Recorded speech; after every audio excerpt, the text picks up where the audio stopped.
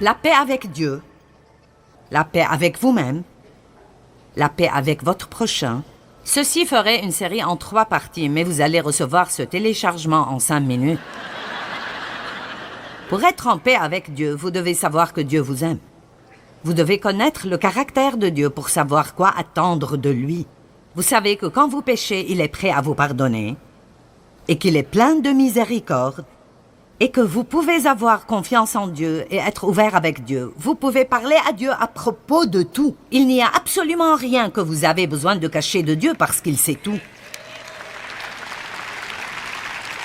Alors, si vous voulez être en paix avec Dieu, ne lui cachez rien. On ne peut pas garder un secret vis-à-vis de Dieu. C'est stupide de penser que nous allons cacher quelque chose à Dieu. La paix avec vous-même. Voici une autre série en 4 parties. Pourquoi ne pas finalement vous accepter vous-même ce soir? Arrêtez de lutter contre vous-même. Vous n'aurez pas de paix. Si vous continuez à vous harceler tout le temps, en faisant un inventaire continu de tout ce qui ne va pas en vous comparant à d'autres personnes. Je ne ressemble pas à ceci ou cela, et j'aurais aimé avoir sa silhouette ou ses cheveux, et j'aurais aimé avoir ton don et pouvoir chanter comme cela. Non.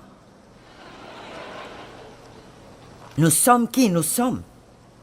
Prenons ce que nous sommes, ce qui est la volonté de Dieu. Il ne fait pas d'ordures, il ne fait pas de fautes. Et faisons de notre mieux avec ce que nous avons. Et arrêtons d'être en compétition avec les autres et de vouloir une vie qui n'est pas la vie que nous avons.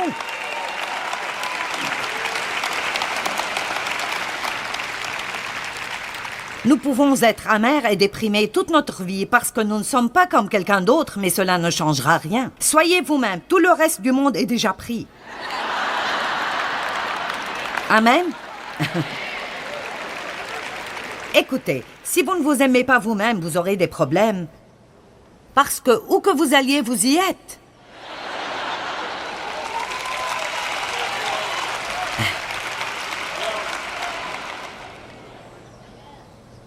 Soyez en paix avec Dieu et en paix avec vous-même. Et soyez en paix avec les autres. Wow! Laissez-moi juste vous donner un peu de conseils concernant comment être en paix avec les autres. Soyez avare de votre criticisme.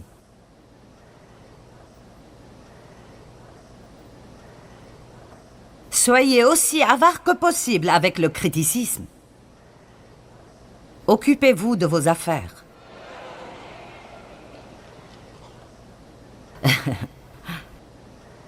Donnez votre opinion très modérément.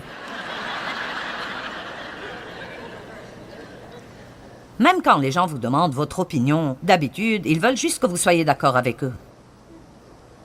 Je ne suggère pas que vous soyez malhonnête, mais vous devez garder en tête que je dis que même si vous ne donnez votre opinion que quand les gens le demandent, souvent ils ne le veulent pas vraiment. Alors ça n'a pas de sens de donner notre opinion aux gens quand ils ne l'ont pas demandé, parce qu'ils ne le prendront jamais bien. N'essayez pas de contrôler les gens, ils n'aiment pas cela. Tout le monde n'est pas comme vous, laissez-leur un peu d'espace. Donc, maintenant nous allons parler de ce dont je veux parler ce soir.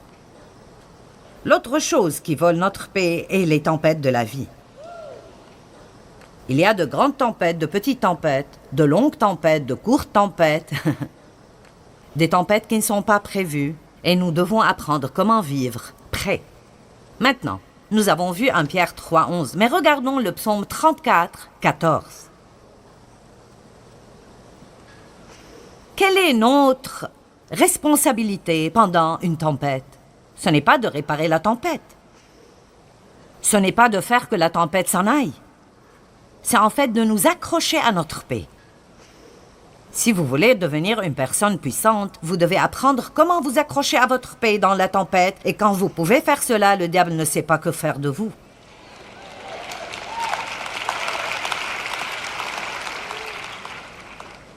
Psaume 34, 14. Vous dites, eh bien, c'est juste si difficile. Voilà notre première erreur, c'est de dire que nous ne pouvons pas faire ce que Dieu nous dit de faire. Éloigne-toi du mal et fais le bien. Recherche, demande et désire la paix.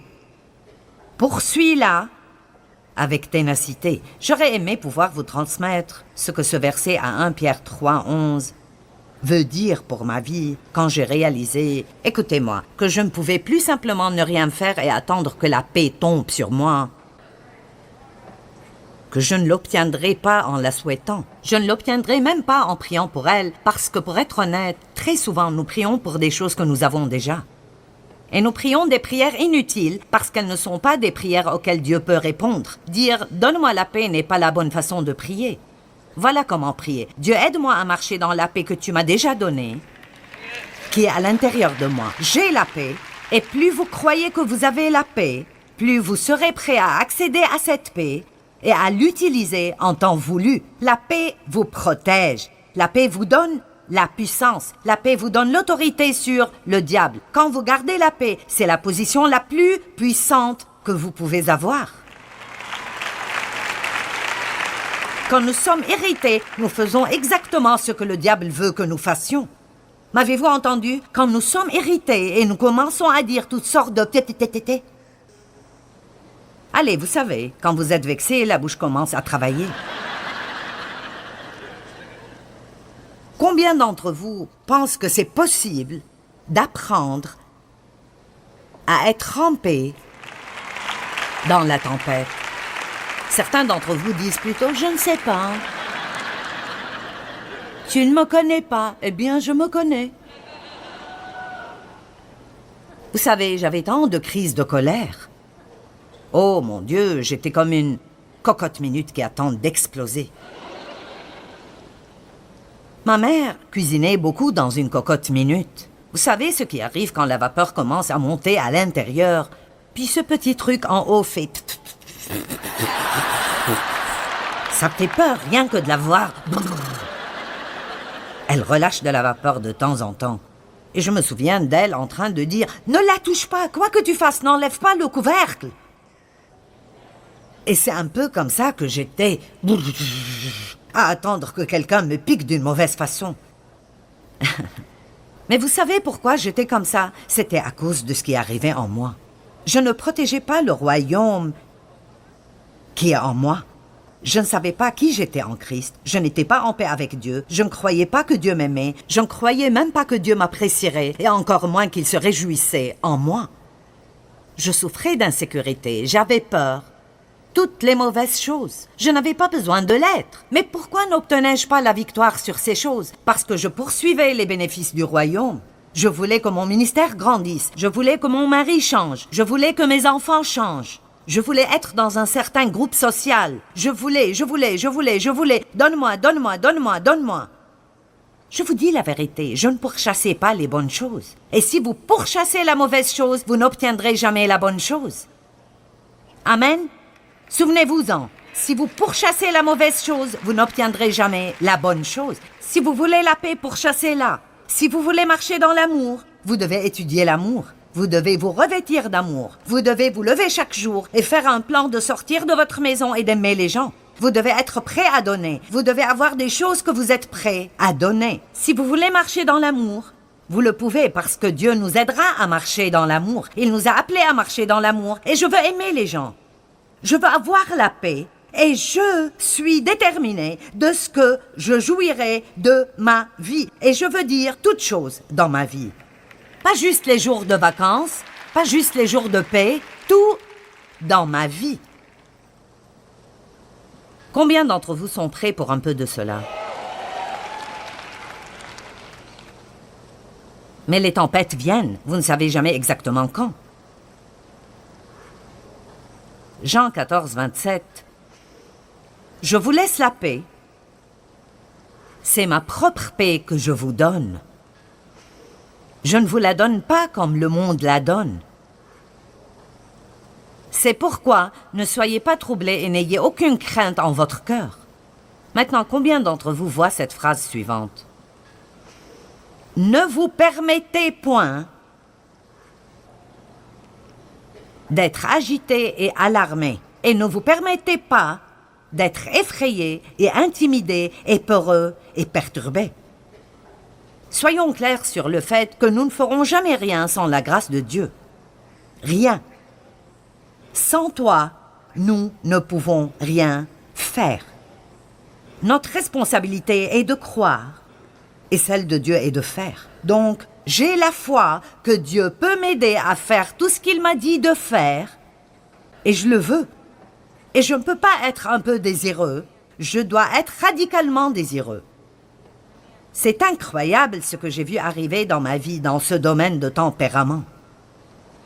Juste en focalisant sur quelque chose comme « je suis déterminé de ne pas vivre sans paix ». Et ça m'a pris un grand nombre d'années. J'ai dû faire un pas en arrière et dire « qu'est-ce qui me vole ma paix ?»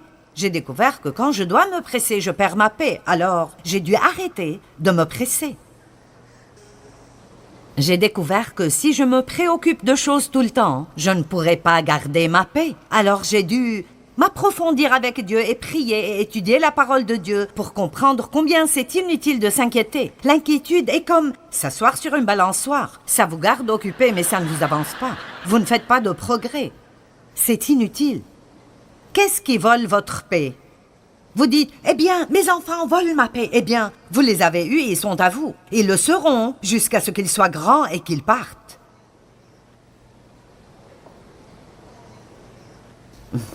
Désolé, c'est... Vous les vouliez. Ces enfants me rendent complètement fou. Eh bien, oui, les enfants peuvent être un défi. Vous avez 3 ou 4 adolescents dans la maison, vous aurez besoin de chacun de mes livres.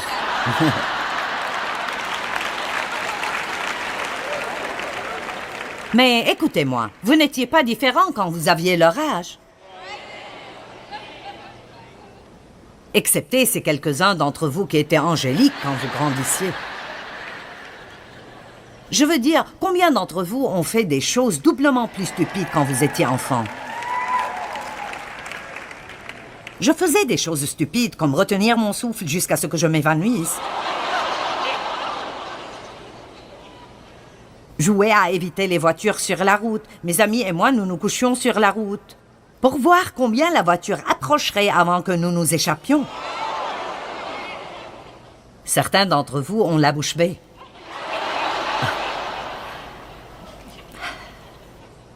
J'étais très courageuse en ce temps. Je n'étais juste pas intelligente. J'ai fait des choses stupides, vraiment stupides. Vous secouez tous la tête à ce propos. Qu'avez-vous fait?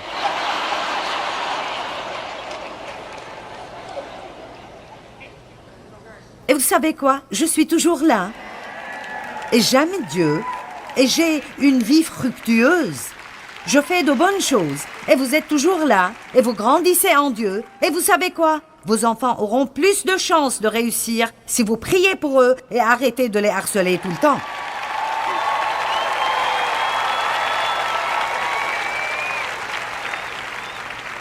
Gardez la paix.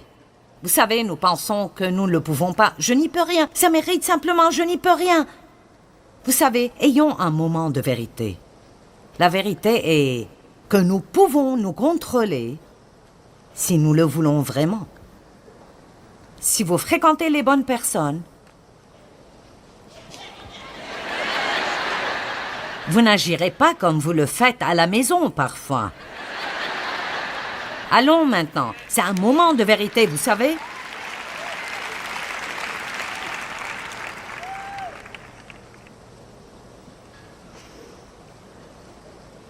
Exode 14, 13 et 14. Les Israélites sont entre la mer Rouge et l'armée égyptienne.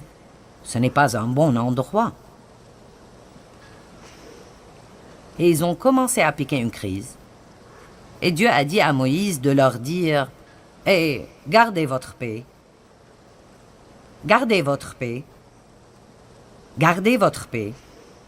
Et Dieu luttera pour vous. » Vous voyez, quand nous gardons notre paix, nous disons en fait, avec nos actions, « Seigneur, j'ai confiance en toi. » Quand nous gardons notre paix, nous disons « Je sais qu'il n'y a rien que je peux faire à ce propos, mais Seigneur, j'ai confiance en ce que tu t'occuperas de cette situation. » Nous avons 2 catégories de problèmes, les circonstances et les personnes. Et les problèmes de personnes constituent un grand pourcentage de cela. Mais la meilleure chose à faire est de rester calme dans l'adversité de laisser la tempête passer, comme elle le fait toujours. Il y a toujours le soleil au-dessus des nuages.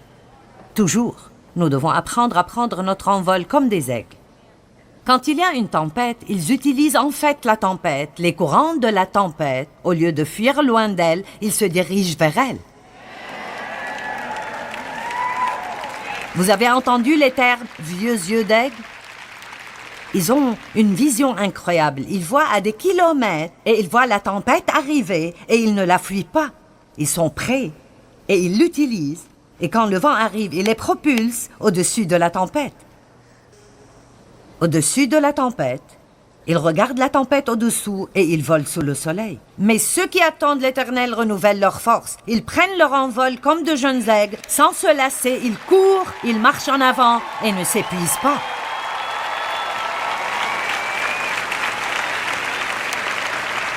Dieu ne nous a pas créés pour avoir peur de tout et fuir tout le temps. Si vous remarquez dans l'armure, dans Éphésiens 6, il n'y a rien pour votre dos.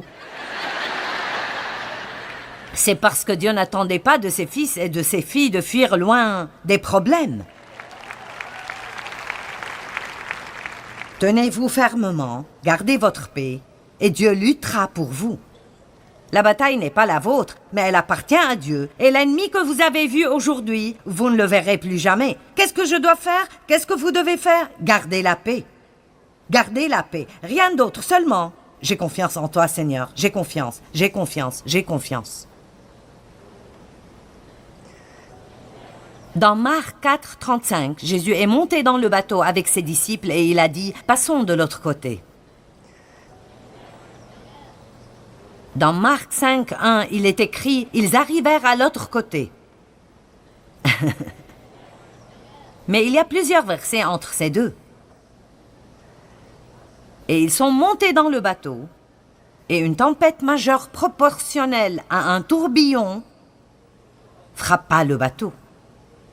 Et les vents étaient violents, et le bateau chaviré et tangué se remplissait déjà. Et Jésus était endormi, il dormait au fond du bateau. Et ils étaient en pleine crise. Ne te soucies-tu pas de nous? Dieu ne m'aimes-tu pas? Sûrement si tu m'aimais, cela n'arriverait pas. Je sais que tu peux faire quelque chose, Seigneur, et tu ne fais rien. Je ne comprends pas pourquoi tu ne fais rien.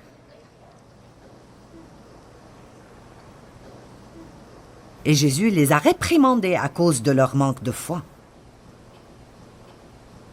Aux gens de peu de foi, il a calmé la tempête, les a corrigés. Dans le chapitre 5, verset 1, ils sont arrivés de l'autre côté. Et vous savez quoi? Quoi que vous traversiez, ça passera. Vraiment, ça ne durera pas pour toujours. Plus vous vous dites cela, plus ce sera facile pour vous de dépasser. Et je sais que si vous souffrez maintenant, ce n'est pas vraiment encourageant du tout. Vous dites, ne me dites pas d'être en paix et heureux. Tu n'as aucune idée de ce que je traverse. Je ne sais pas exactement ce que vous traversez, mais vous savez, j'ai traversé beaucoup de choses vraiment dures. Quand je traverse des temps vraiment difficiles, l'une des choses qui m'aide vraiment est de penser à quel bénéfice je pourrais en tirer quand c'est terminé. Qu'est-ce que nous obtenons quand nous traversons ces moments vraiment difficiles? Je vous dirai un nombre de choses que vous obtiendrez à la fin. Numéro 1, vous êtes plus près de Dieu que jamais. Ne vous dis-je pas la vérité? Combien d'entre vous ont traversé, en tant que croyants, vous avez traversé des situations qui relèvent du cauchemar et vous pouvez honnêtement dire qu'au bout de cela, vous avez connu Dieu d'une façon dont vous ne l'avez jamais connu auparavant. Puis-je vous dire que c'est un grand bénéfice? C'est le meilleur bénéfice au monde. La deuxième chose que vous obtenez est plus de compassion pour les gens en peine. Ça fait vraiment mal quand vous voyez d'autres personnes être en peine parce que vous avez eu ces mêmes genres d'infirmités. Nous avons un grand prêtre qui comprend parce qu'il a souffert dans tout point et il a été tenté dans tout point, tout comme nous, et il n'a jamais péché, mais il comprend. Si vous pensez que Dieu vous utilisera pour servir d'autres personnes sans jamais devoir passer par quoi que ce soit, Vous feriez mieux de ne pas prier, Seigneur, utilise-moi. Et si vous l'avez déjà fait, c'est trop tard. Vous ne pouvez pas revenir là-dessus. Allez. Si nous n'avons pas d'expérience, nous n'avons rien à dire. Et je ne dis pas que la vie de tout le monde doit être un cauchemar pour que vous encouragiez d'autres, mais quand vous passez du temps avec des gens qui passent par un tourment horrible, ce serait mieux d'avoir quelque chose auquel ils peuvent s'identifier. Parce qu'ils veulent savoir que vous savez par quoi ils passent. Une autre chose que vous obtenez quand vous passez par quelque chose comme cela est que vous devenez plus reconnaissant et plein de gratitude. Nous commençons à apprécier les choses que Dieu veut que nous apprécions de toute façon et que nous n'apprécions pas.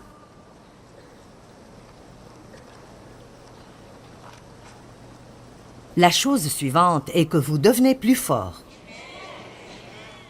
Plus fort. Ouh. Quelque chose arrive dans votre âme. Joseph a eu des moments difficiles. Mais ce qui est intéressant dans la Genèse est que peu est dit à propos de cela. C'est vraiment un peu comme si, vous savez, il a été jeté dans un fossé et vendu comme esclave. La femme de Potiphar a menti à son sujet et il est allé en prison et tout allait bien. Vous savez, youpi youpi.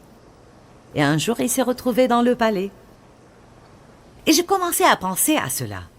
Il y a sûrement plus à l'histoire que cela. Je veux dire, pour sûr, c'était difficile pour lui de passer par les choses qu'il a traversées. Et j'aurais aimé que la Bible nous dise plus à propos des choses tourmentantes que certaines de ces personnes ont traversées. Elle le fait avec Job et avec David. Mais avec Joseph, je pensais qu'elle ne disait pas vraiment beaucoup. Mais après, j'ai trouvé un secret dans le psaume 105. Regardons le psaume 105, versets 17 et 18.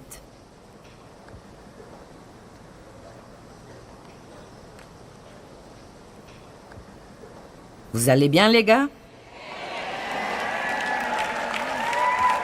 Nous allons avoir la paix exprès. Psaume 105, 17 et 18. Il envoya devant eux un homme, Joseph, qui fut vendu comme esclave. Dieu l'a envoyé parce qu'il essayait de le mettre dans une position où Dieu aura besoin d'une personne qui lui appartient. En fait, quand Dieu l'a envoyé et toutes ces choses lui sont arrivées, Dieu avait une chose en tête pour Joseph et c'était de le promouvoir. L'une des choses que vous obtiendrez quand vous passez à travers des temps difficiles est une promotion quand ce sera terminé. Revoyons ce verset et regardez cela. Il envoya devant eux un homme, Joseph, qui fut vendu comme esclave. On serra ses pieds dans des liens. On le mit au fer. Et regardez ceci. Et son âme était au fer. Vous ne comprenez pas cela. Vous savez quoi? Personne ne comprendra ce verset si vous ne l'avez pas vécu. Je le comprends. C'est comme si les chaînes de fer qui le retenaient avaient fait quelque chose dans son esprit qui est si grand. La peine qu'il a traversée dans cette situation a fait quelque chose de si incroyablement grand dans son esprit que son esprit est devenu comme ces fers. Pas insensible, mais fort. Fort en le Seigneur. Je suis sûre que vous avez réalisé que pas toutes les tempêtes sont prévues et parfois nous avons des difficultés imprévues ou des déceptions imprévues et nous avons vraiment besoin d'être prêts spirituellement pour rester forts à travers ces temps.